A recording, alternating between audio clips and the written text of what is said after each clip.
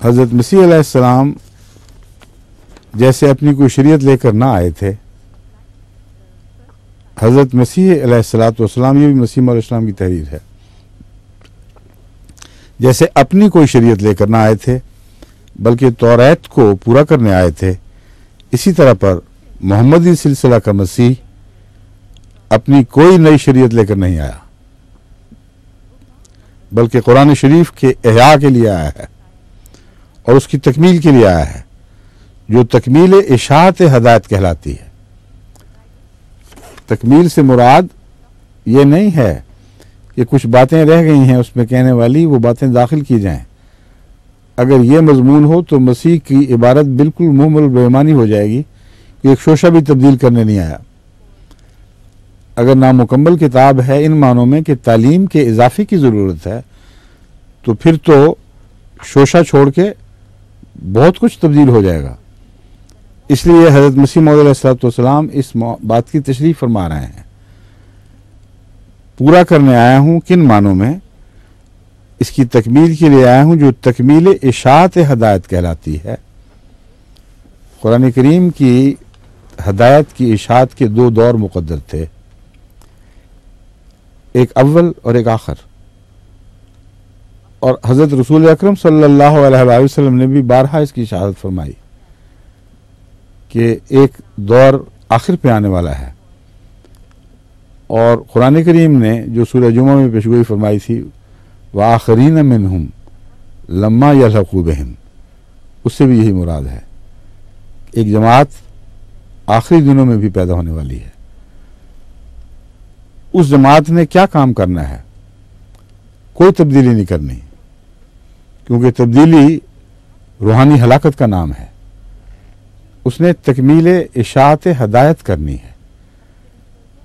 کتنی بڑی دنیا ابھی باقی پڑی ہوئی ہے جس تک قرآن کریم کی ہدایت نہیں پہنچی۔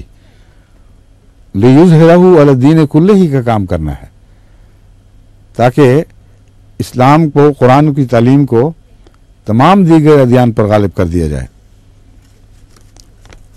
الحکم 17 جنوری 1903۔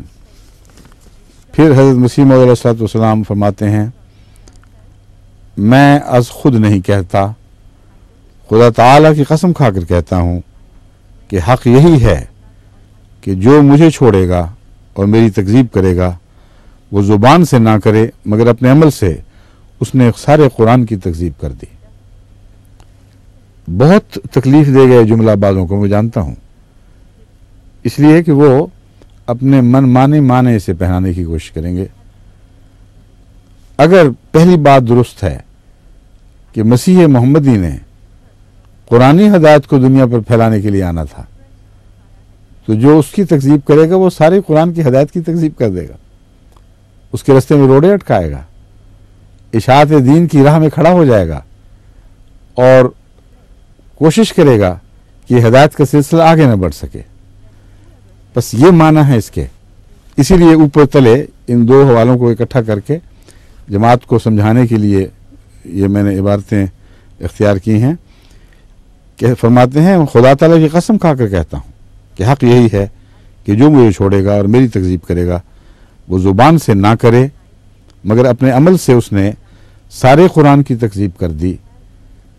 زبان سے نہ کرے سے مراد یہ ہے کہ میں یہ نہیں کہتا کہ وہ قرآن کو زبان سے جھٹلا رہا ہے، زبان سے تو اقرار کرتا رہے گا لیکن عملاً زبان سے اقرار کرتا رہے گا مگر عملاً وہ قرآن کی ہدایت کی اشاعت کی راہ میں روک بنے گا۔ بس حقیقت یہ ہے کہ وہ جماعت کے دشمن جو ہماری راہ میں روڑے اٹکاتے ہیں اور کوشش کرتے ہیں کہ جماعت کا نام مٹ جائے، وہ کیا کوشش کر رہے ہیں؟ غور نہیں کرتے کہ آج ساری دنیا میں تبلیغ اسلام کی ذمہ داری تو ہمارے سر پر آ پڑی ہے اللہ کے فضل کے ساتھ۔ قرآن کریم کی تعلیم کی سب دنیا میں اشاعت کر رہے ہیں، اور تلوار کے زور سے نہیں، نہ کسی تیل والے ملک کی دولت کے بل پر، بلکہ خالصتاً للہ جانی اور مالی قربانی کرتے ہوئے ہم تعلیم قرآن کو ساری دنیا میں پھیلا رہے ہیں۔